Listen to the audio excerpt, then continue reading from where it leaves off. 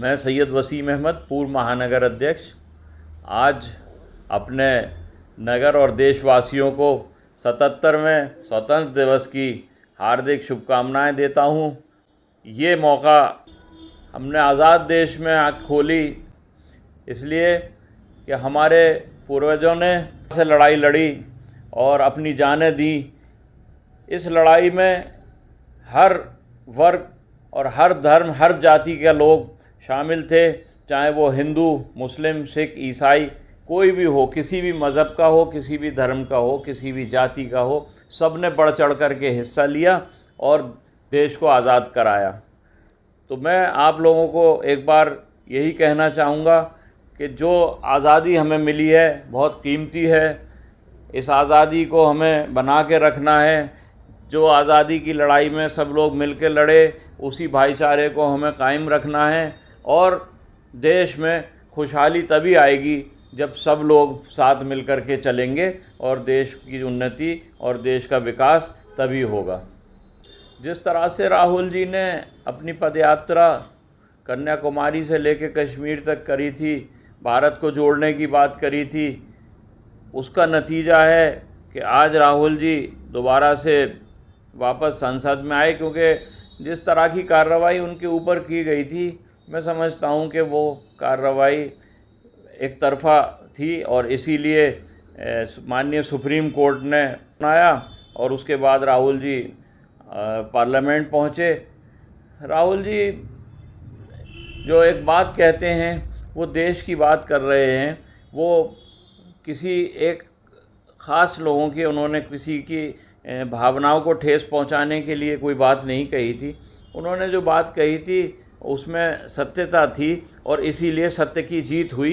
इसीलिए supreme court ने उनकी सदस्यता बहाल की और मैं समझता हूं कि हर कांग्रेसी की, हर देशवासी के लिए ये एक बड़ा खुशी का मौका है कि राहुल जी जैसे लोग जो देश को जोड़ने की बात करते हैं, उनको एक संसद में दोबारा से आने का मौका मिला और मैं समझता हूं कि ये एक देश के लिए अच्छी पहल है। जिस तरह से राहुल जी सबको साथ लेकर के चल रहे हैं, जबकि हमारे प्रधानमंत्री जी का एक नारा था सबका साथ सबका विकास, लेकिन मैं समझता हूं कि वो नारा उनका पूरा नहीं हो पा रहा। वो नारा हमारे माननीय राष्ट्रीय नेता जो हमारे पूर्व अध्यक्ष हैं कांग्रेस पार्टी के, राहुल जी, उन्होंने जो है ये काम पूरा किया। सबका साथ सबका विकास, वो हर वर्ग के लोगों को लेकर के चल रहे हैं, चाहे किसान की बात हो, मज़दूर की बात हो, महिलाओं की बात हो। आप देख रहे हैं कि वो हर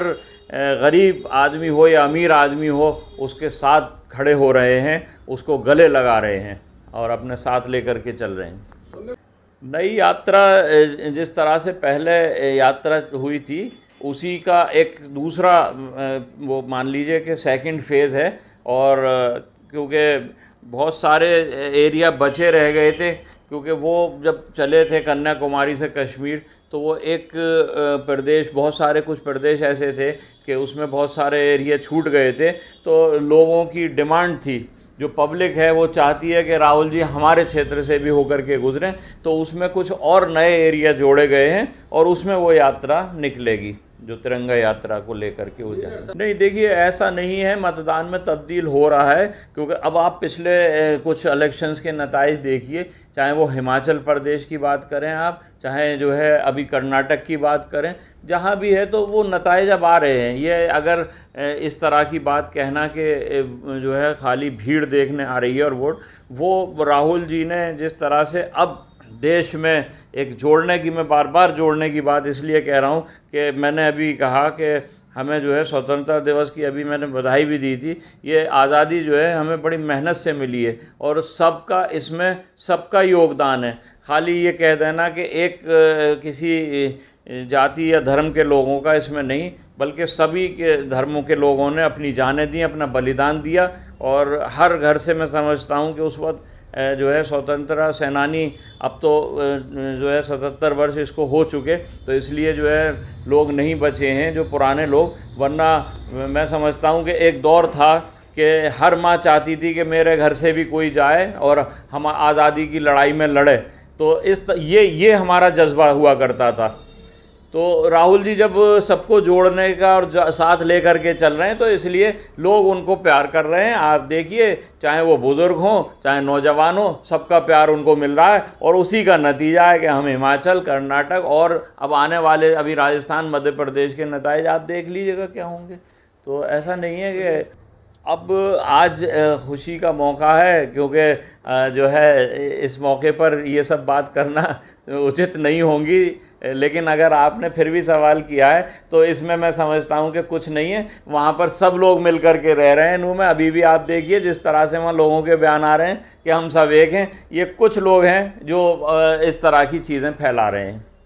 मैं एक बार फिर जो है अपने शहर और अपने देश की लोगों को एक बार फिर पुनः बधाई देता हूँ। और ये हमारा जो स्वतंत्रता दिवस है और इसको हम लोग एक त्यौहार की तरह मनाएं, मैं सभी लोगों से ये गुजारिश करूँगा। और एक दूसरे में जो है मिल कर के बनाएं। जिस तरह से हम होली, दिवाली, ईद मनाते हैं, ये हमारा एक जो है जब मिलते हैं इसी तरह ये तो हमारा एक राष्ट्रीय त्यौहार है। इसलिए कि हम इसको हमें जब राष्ट्रीय त्यौहार को उत्साह के साथ और मिलजुल करके मनाना चाहिए।